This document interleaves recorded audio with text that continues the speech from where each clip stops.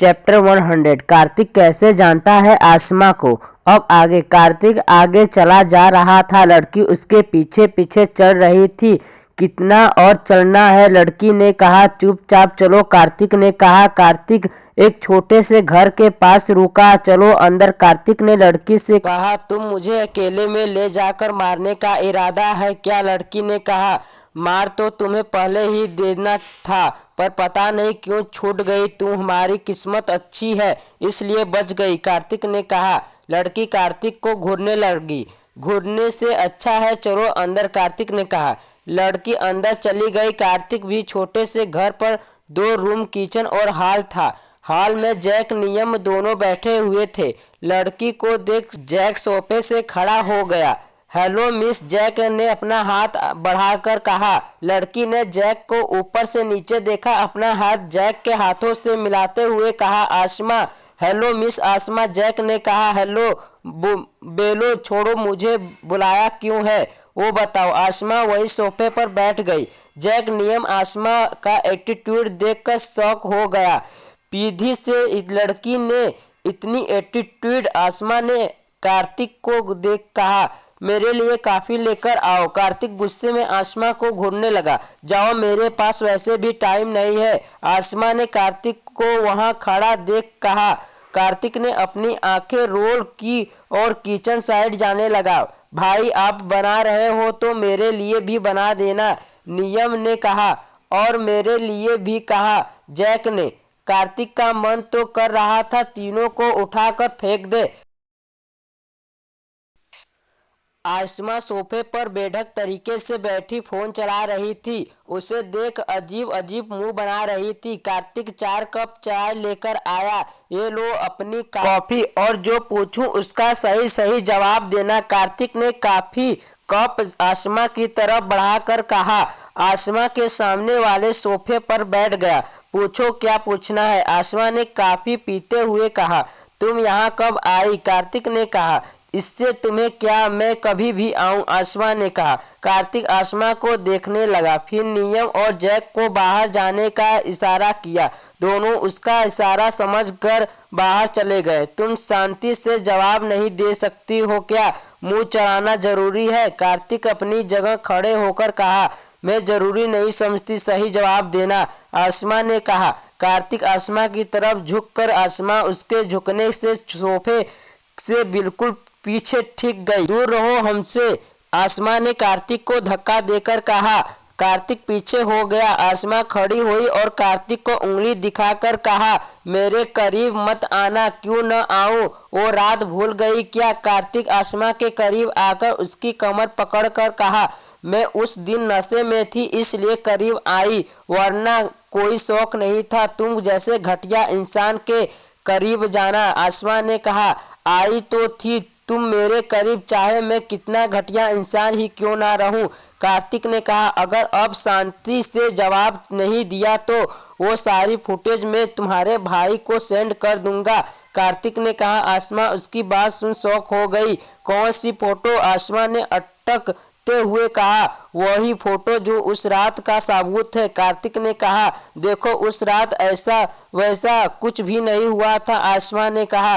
ये तो तुम्हें पता है, मुझे पता है, पर किसी और को नहीं पता ना, कार्तिक ने कहा। आसमा का रोने जैसा चेहरा हो गया। अच्छा अब अच्छा स्माइल करते वाला चेहरा बनाओ और जो पूछूं उसका सही सही जवाब दो, कार्तिक ने आसमा को गालों को टैप कर कहा।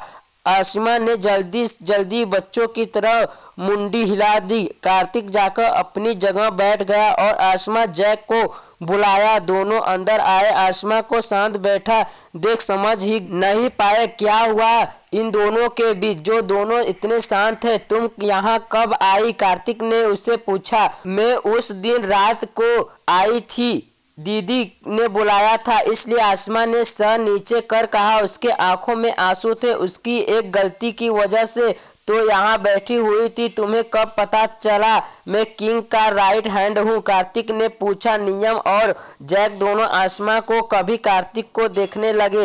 वो मैंने इंफॉर्मेशन निकलवाई थी किसी से बोलकर, आसमा ने कहा। किससे बोलकर, कार्तिक ने अपनी आंखें छोटी कर कहा। वो मैं नहीं बता सकती, ये सीक्रेट है, आसमा ने कहा। रूही कहाँ है, कार्तिक ने पूछा। आसमा ने सर न में हिला दिया। किसी और को घर पर, कार्तिक ने पूछा। आसमा ने न में सर हिला दिया। ठीक है, कार्तिक ने कहा और सोफे से खड़ा हो गया। इसको इसके घर छोड़ देना, कार्तिक ने कहा और एक रूम में चला गया। आसमा ने सर उठाकर जाते कार्तिक को देखा। उसके आंखों में आंसू बाहर आ गए। चलिए मैं आपको घर छोड़ देता हूँ, जैक ने कहा। जरूरत नहीं हूँ, मैं चली जाऊंगी, आसमा ने कहा और घर से बाहर चली गई। जैक और नियम एक दूसरे को देखने लगे। भाई ऐसे कैसे जानते हैं, नियम ने कहा। मुझे नहीं पता, मुझे खुद अभी पता चला इस लड़की को बुलाने वाला है, जैक ने कहा। वैसे कहने को तो ये तेरी फ्यूचर में साली होगी, जैक ने नियम को छोड़ते हुए कहा। नियम जैक को देखने लगा, जैसे बोल रहा हो कैसे, क्या आपको कैसे, मुझे सब पता है। मुझे नहीं पता तेरे दिल का हाल। वो आज देखा कैसे जल रहा था, उसे देख किसी और लड़के के साथ पट जाता देख, जैक ने कहा। ऐसा कुछ नहीं है, मैं उसके लिए कुछ फील नहीं करता, नियम ने कहा और जाने लगा। वो तो कल पता चलेगा तू उसके लिए क्या फील करता है, नियम ने कहा। वो भी उसके पीछे पीछे चला गया। कार्तिक रूम में खड़ा था, खिड़की से जाते हुए आसमा को देख रहा था। बहुत जिद्दी हो तुम, कार्तिक ने कहा। भाई आप ऐसे कैसे जानते हो, नियम ने अंदर आते हुए कहा। उसके पीछे जैक भी था। कार्तिक ने बुलाना शुरू किया। फ्लैशबैक, कार्तिक अभय दोनों ही माफिया मीटिंग के लिए अफ्रीका गए हुए थे। वहां पर वो दोनों घर की जगह एक होटल में रुके थे, क्योंकि किसी को पता चला गया था कि किंग यहीं पर है। उसने घर पर आग लगा दी थी। इतनी सिक्योरिटी के बाद घर पर आग लगाना मतलब साफ सफा था कि किसी को पता नहीं था अभय यहीं पर है और वो कोई अपना ही हो सकता है। जब उन दोनों को पता चला तो उन्होंने उस आदमी को पकड़ लिया और होटल के बेसमेंट में रख दिया। एक आदमी चेयर में बंधा हुआ था, उसके सामने अभय बैठा हुआ था। मेरे साथ रहकर गद्दारी ही मुझे बिल्कुल नहीं पसंद, जो पीठ पीछे छुरा भोंकते हैं, अभय ने गुस्सा में कहा। कुछ गलत नहीं किया मैंने, तुम्हें यही सजा मिलनी चाहिए। मेरे परिवार को मार डाला तुमने, मुझे कहीं का नहीं छोड़ा, आदमी ने कहा। मैंने तुम्हारे बाप को इसलिए मारा क्योंकि वो कितनी ही लड़कियों को इज्जत के साथ खेल चुका था, अभय ने कहा। तो मेरी माँ ने क्या बिगाड़ा था, तो पापा के जाने का सदमा बर्दाश्त नहीं कर पाई, आदमी ने रोते हुए कहा। इसलिए तुमने मेरी सिक्योरिटी सिस्टम में ज्वाइनिंग की मुझे मरने के लिए, अभय ने कहा। हाँ, मेरा प्लान सक्सेसफुल हो भी गया था, पर पता नहीं कैसे पता गया, वरना सब के सब मारे जाते, आदमी ने हंसते हुए कहा। कोई ऐसा पैदा नहीं हुआ जो मुझे मारे, अभय ने कहा और उसे गोली मार दी। गोली डायरेक्ट उस आदमी के आर पार हो गया। उसकी टाइम किसी लड़की की चीखने की आवाज सुनाई दी। सब उसी साइड देखने लगे जो गार्ड उस आदमी को उठाकर ले जाने वाले थे। वो उस आदमी को बस उठा ही थे, लड़की को देख उस आदमी को फिर पटक दिया। सब अब गार्ड्स को देखने लगे। तुमने ऐसे मार दिया, लड़की ने कहा। ये लड़की आसमा ही थी जो कि उस होटल में काम करती थी, रिसेप्शन का। अभय कार्तिक को घूरने लगा, जैसे कह रहा हो मना किया था यहाँ किसी को आने न दे, अब क्या करें। कार्तिक उसकी घुरती नजर से समझ गया, आज वो गया। आसमा उस आदमी को देखती, कभी अभय और कार्तिक को। मैं पुलिस को फोन करती हूँ, तुम सबको जेल में डाल दोगी, आसमा ने कहा। अपना फोन निकालने लगी। अभय वहां से उठकर और बाहर जाने लगा। ये कहाँ जा रहे हो, रुको, आसमा ने कहा। कार्तिक ने पीछे से आकर उसके मुंह पर हाथ रख दिया और उस गर्दन पर दबाकर बेहोश कर दिया। आसमा कार्तिक की बाहों में बेहोश हो गई। अब इसका क्या करूं, कार्तिक ने कहा। आसमा को अच्छे से गोद में उठाया और बेसमेंट के बाहर ले गया। आसमा को एक रूम में अच्छे से सुला दिया और बाहर चला गया। नेक्स्ट मॉर्निंग जब आसमा की नींद खुली तो खुद को एक कमरे में पाया। उसे समझ ही नहीं आया कि वो वहां कैसे आई। उसे याद आया कि कल उस आदमी को मरते हुए देखा था, जरूर उसने ही किया है। आसमा जल्दी जल्दी बाहर निकली होटल से और पुलिस स्टेशन चली गई। उसने रिपोर्ट करी कि कल उसने एक लड़के को किसी इंसान को मारते हुए देखा है। पुलिस ने भी उसकी बात सुनी और जांच की, पर पुलिस को ऐसा कोई सबूत नहीं मिला कि जिससे ये पता चले कि मर्डर हुआ है, और मिलते भी कैसे, कोई सबूत कैसे छोड़ सकता है। आसमा को ये बोल घर भेज दिया कि तुमने सपना देखा होगा। आसमा भी अब क्या करती, वो चुपचाप गई, रोज होटल आने लगी, पर उसने दिमाग में वही बातें गुजती हुई, मर्डर हुआ है पर कहाँ हुआ है, वो लोग कहाँ गए, आज तक उसे दिखे भी नहीं कहीं। उसे रोज सपने में वो सब दिखता है। वो रोज रोज के सपने से फ्रस्ट्रेट हो गई थी। आज रात वो क्लब आई थी, पर उसकी किस्मत खराब थी या बुरी पता नहीं। वो क्लब में आई, ड्रिंक पर ड्रिंक के शॉट लिए जा रही थी। पूरे क्लब में गाने की आवाज आ रही थी, लाइट चमक रही थी। आसमा गाने की आवाज में झूम रही थी। उसने ब्लैक नी लेंथ की ड्रेस पहनी हुई थी, बहुत खूबसूरत लग रही थी। उसे बिल्कुल भी आइडिया नहीं था लोग उसे किस नजर से देख रहे थे। ऊपर फ्लोर पर लोग खड़े थे जो नीचे का सीन अच्छे से देख सकते थे। उनमें से थे अभय और कार्तिक, जो कि यहाँ एक मीटिंग करने आए थे, पर कार्तिक की नजर नीचे डांस कर रही आसमान पर पड़ी। वो उसे देखते रह गया। वो उस दिन होटल ड्रेस में थी, पर आज वो बिल्कुल अलग लग रही थी। वो बहुत खूबसूरत लग रही थी। अभय की नज़र कार्तिक पर गई, जो नीचे देख रहा था। अभय की नज़र नीचे डांस कर रही आसमा को देखा। उसे समझ आ गया, यही लड़की है जो उस दिन बेसमेंट में थी। कार्तिक की नज़रों से समझ वो उसे देख बोला, जा तू भी एंजॉय कर, मुझे इंटरेस्ट नहीं है, कार्तिक ने कहा। अभय ने न में सिर हिला दिया। वो मीटिंग करने लगा। आगे सुनते रहिए मेरी स्टोरी, कमेंट करिए, लाइक करिए। चैप्टर 101, आसमा के सपनों का राजकुमार। अब आगे। पर कार्तिक की नजरें बार बार आसमा पर जा रही थी। उसका बिल्कुल मन नहीं था मीटिंग में। ये बात अभय भी समझ चुका था। आसमा डांस कर रही थी, दो लड़के उसके पास आकर डांस करने लगे। आसमा भी डांस करने लगी। लड़के उसे कहीं यहाँ वहाँ टच करने लगे। आसमा उनसे दूर होने लगी। भले ही वो नशे में थे, पर उतना उसे समझ आ गया था कि वो लड़के गलत छू रहे हैं। कार्तिक का ये देख मूड खराब हो गया। उसकी आंखें गुस्से में लाल हो गई। वो अब पूरा राका वाले मूड में आ गया था। वो खड़ा हुआ सोफे से नीचे जाने लगा। अभय ने जाते हुए देखा, फिर गार्ड्स को कुछ इशारा किया और उठ कर चला गया। कार्तिक नीचे आया, आसमा को अपनी तरफ खींच लिया। आसमा डायरेक्ट जाकर कार्तिक के सीने से जाग लगी।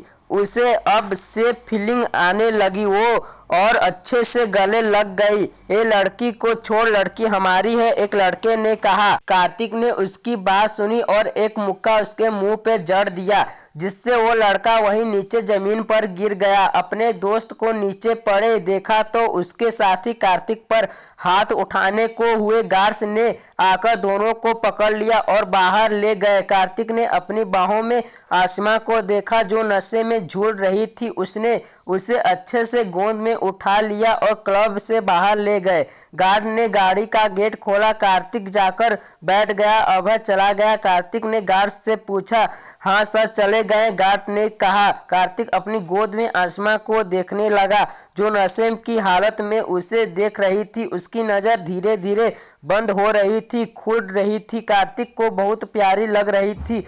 थोड़ी देर में उनकी गाड़ी होटल पर आकर रुकी। कार्तिक आसमा को लेकर अपने रूम में आया, बेड पर अच्छे से सुला दिया और जाने लगा। रुको न, आसमा ने नशे में कार्तिक की टाई पकड़ अपनी तरफ खींचकर कहा, क्या कर रही हो तुम, छोड़ो, कार्तिक ने कहा। वो उसको इतना करीब देखा, अजीब लग रहा था। दोनों को सांस एक दूसरे में घुल रही थी। तुम तो वही हो ना, कितने हैंडसम हो तुम, बिल्कुल किसी हीरो की तरह, आसमा ने कहा। कार्तिक के गालों पर किस कर लिया। कार्तिक ने इस्तेफा कर रहा था। आज तक कितनी ही लड़कियों के साथ मीटिंग की है, पर ये लड़की तो बहुत करीब आ गई है।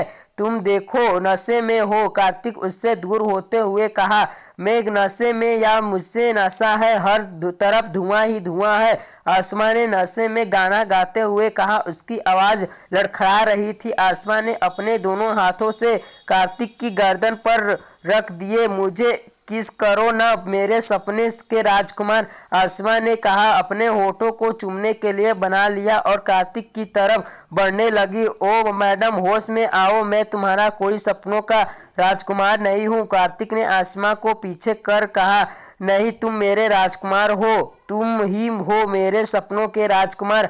आओ, आसमा ने ढेली आंसू बहाते हुए कहा। रोना बंद करो, इतनी जोर से मत चिल्लाओ, मैं यही हूँ। कार्तिक आसमा के पास बैठ गया। आसमा जल्दी से कार्तिक के ऊपर चढ़ गई और उसे किस करने लगी। हम सुबह करते हैं किस, अपनी बात को जो जाओ। कार्तिक ने आसमा को बेड पर सुलाते हुए कहा। आ मेरे राजकुमार, तुम मेरे हैंडसम हो, आसमा ने कहा और कार्तिक के ओठों पर किस कर लिया। फाइनली मैंने तुम्हें किस कर लिया, इतनी टाइम बाद मैंने किस की, तुम्हें मजा आ गया। आसमा बेड पर लेट गई, दोनों हाथों को फैला दिया, आंखें बंद कर ली। कार्तिक उसके एक्शन से इस्तफा रह गया। वो अपनी आंखें बड़ी बड़ी कर आसमा को देखने लगा। उसे अपने नीचे कुछ हार्ड लगा।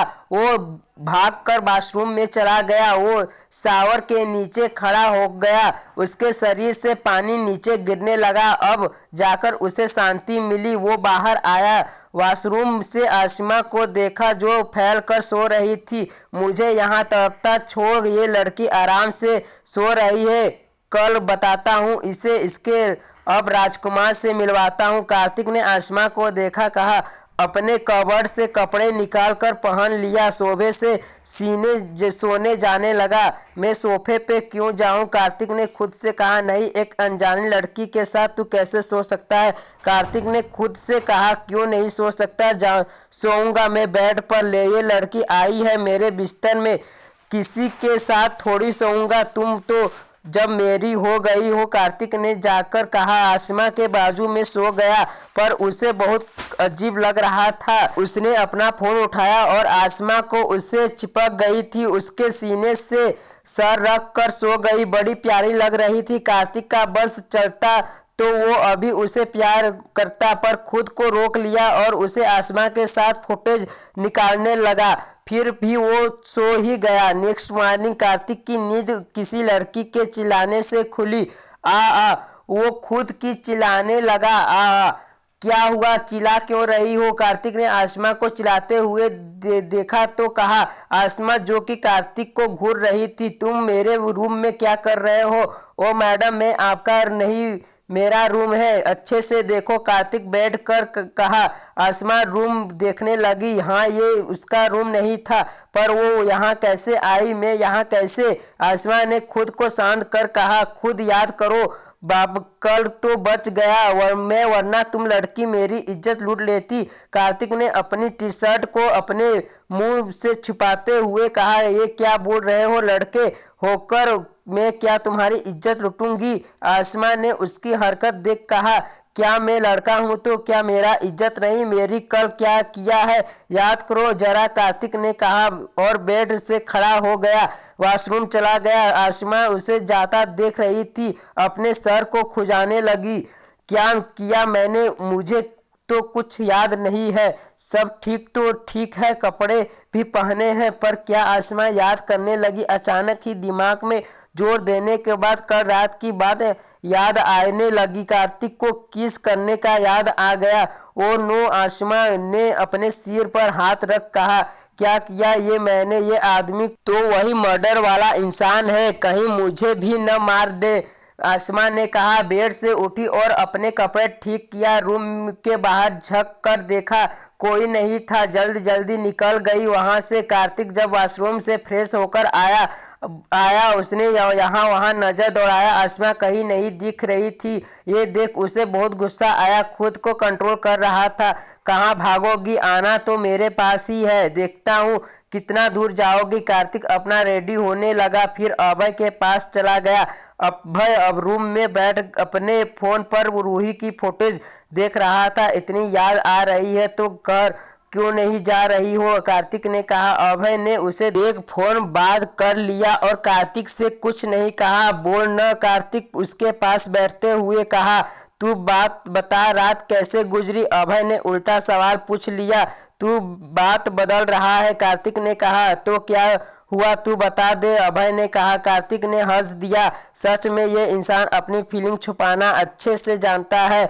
तू कितना भी छुपा ले, प्यार तू बहुत करता है रूही से, कार्तिक ने कहा। प्यार सिर्फ एक तरफा है बस, अभय ने कहा। वैसे तो वो लड़की इसी होटल में जॉब करती है, अभय ने कहा।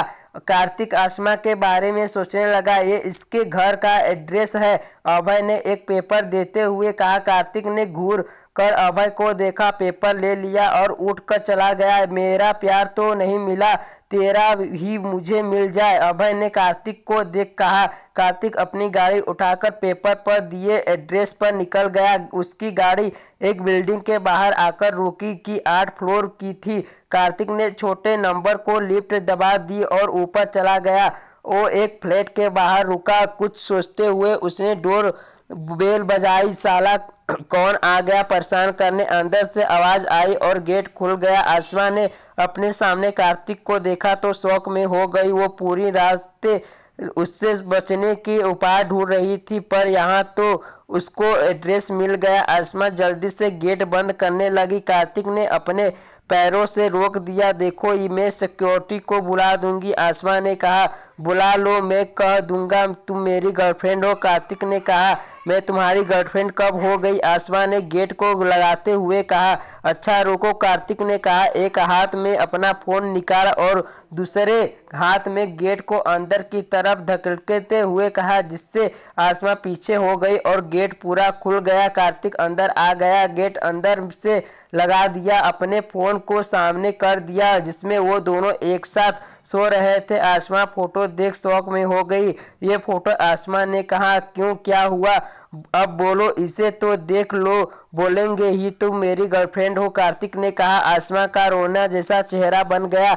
नहीं, ऐसा नहीं कुछ हो सकता, समझे सिर्फ सो रहे थे, मैंने नहीं कहा था अपने रूम में ले जाओ, आसमा ने कहा रोते हुए। कार्तिक ने उसे खींचकर अपने करीब किया और कहा, तो तुम्हें उनके पास छोड़ देता हूँ। हाँ, छोड़ देते, तुम जैसे मर्डर के साथ रहने से अच्छा ही था, आसमा ने गुस्से में कहा।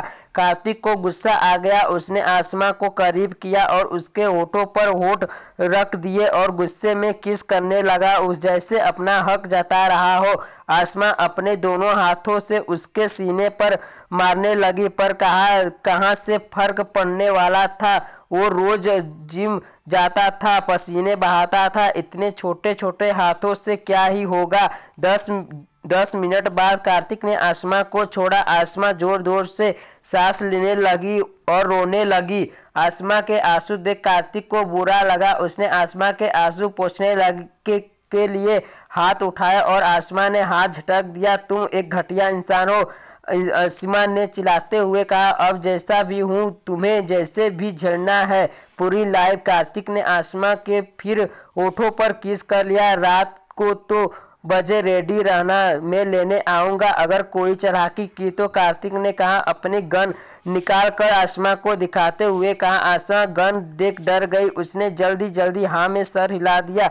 घुल कर, कार्तिक ने कहा। उसके सर पर हाथ फेरा और माथे पर किस कर घबरा जाने लगा। आसमा जल्दी से गेट लगाकर रोने लगी। कहाँ वो अपनी अच्छी लाइफ जीने की कोशिश कर रही थी, कहाँ ये सब पंगा हो रहे थे उसकी लाइफ में। वो सब बिल्कुल अच्छा नहीं चाहती थी लाइफ में। उसका फोन बजा, पहले तो उसने ही उठाया, दूसरी बार में जल्दी से फोन उठाकर देखा जिसमें विशाल भाई नाम शो कर रहा था। हेलो भाई, आसमा ने अपने आंसू छुपाते हुए कहा। कैसा है बच्चा, विशाल ने पूछा।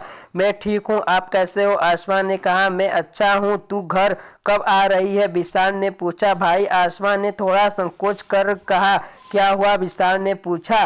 नहीं भाई, कुछ नहीं, जल्दी आऊंगी, सब ठीक है ना वहाँ, आसमा ने पूछा। हाँ, यहाँ सब ठीक है, विशाल ने कहा।